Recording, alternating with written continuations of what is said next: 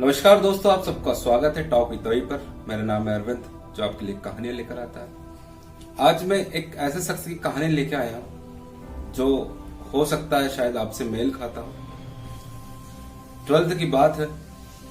12th तक वो लड़का हमेशा टॉप आया, हमेशा हर क्लास में उसने टॉप किया।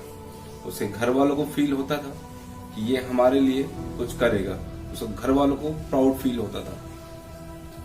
12th पास की, अच्छे नंबरों से टॉप किया। फिर वो कॉलेज में गया। कॉलेज में गया तो उसकी संगत ही बदल चुकी थी। उसके जो दोस्त यार थे वो अच्छे नहीं थे। रात में पार्टियां करना, घर वालों से झूठ बोल के पैसे बुलाना, ये करने लगा। तो एक दिन उनके घर वालों को शक हुआ। उन्होंने पूछा उससे, लड़के से, कि तुम पैसे क्या करते हो, इतने पैसे का जो अनवांटेड पैसे ले रहे हो? तुम्हारी कॉलेज की फीस, तुम्हारा हॉस्टल का खर्चा सब हमने भर ही दिया है, उसके बाद भी तुम्हें एक्स्ट्रा पैसा क्यों लग रहा है? तो उसने जवाब दिया, आप मुझे समझाने की कोशिश मत करें, मैं अपना जीवन अच्छे से चला रहा हूँ और कर लूंगा। अपनी सलाह अपने पास रखिए, आप टेंशन मत लीजिए, मैं कर लूंगा अपना। ये देख उसके घर वालों को थोड़ा सा अजीब सा फील हुआ। ठीक है। फिर जब तकरीबन 1 साल बाद जब रिजल्ट आया, वह 3 सब्जेक्ट में फेल हो चुका था। जी हाँ, 3 सब्जेक्ट में। उसको समझ में नहीं आया, उसका ईगो हर्ट हो चुका था। उसको अजीब सा लग रहा था कि जो बंदा हमेशा 12th तक टॉप किया, वो 3 सब्जेक्ट में कैसे फेल हो सकता है।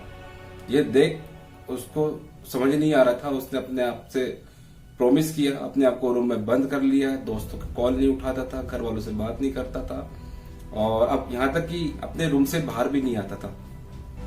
तो ये बात उसके स्कूल के टीचर को पता चली। तो एक दिन टीचर उससे मिलने के लिए आए। बोला, अरविंद क्या हो गया, तुम ऐसे गुमसुम क्यों?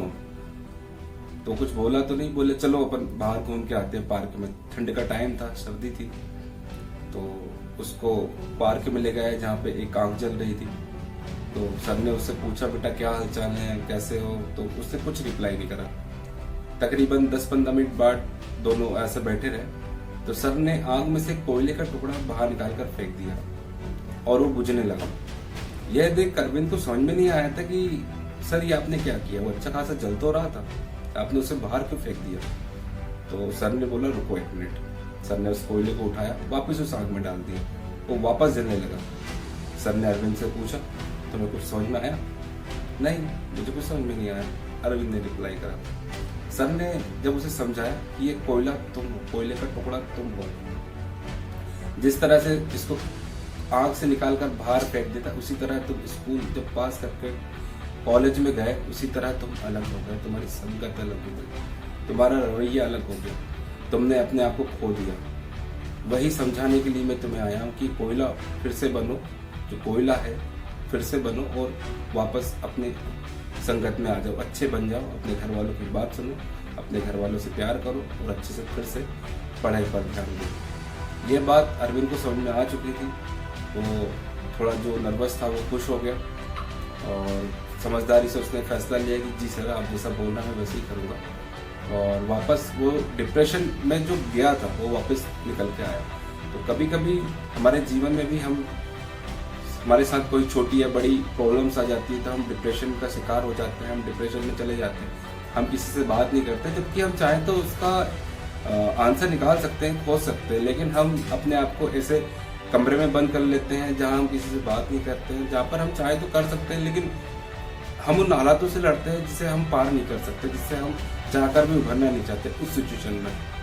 तो ये कहानी हमें ये शिक्षा देती है कि आप जब कभी अकेले रहें या आपके साथ कोई घटना घटित हो तो आप उस घटना से लड़े नहीं, उससे डरे नहीं, आप उससे आगे बढ़े, अपने आप को आगे निकालने की कोशिश करें, चाहे कुछ भी हो, और आपकी जीत हमेशा होगी, तय मान के चलिए। बस इसी के साथ जो भी होगा अच्छा होगा। आगे बढ़ते रहिए। अगर आपको कहानी पसंद आई हो तो प्लीज़ लाइक करें, शेयर करें, सब्सक्राइब करें और हाँ, कमेंट करना ना भूलें। बहुत बहुत धन्यवाद, बहुत बहुत शुक्रिया, धन्यवाद।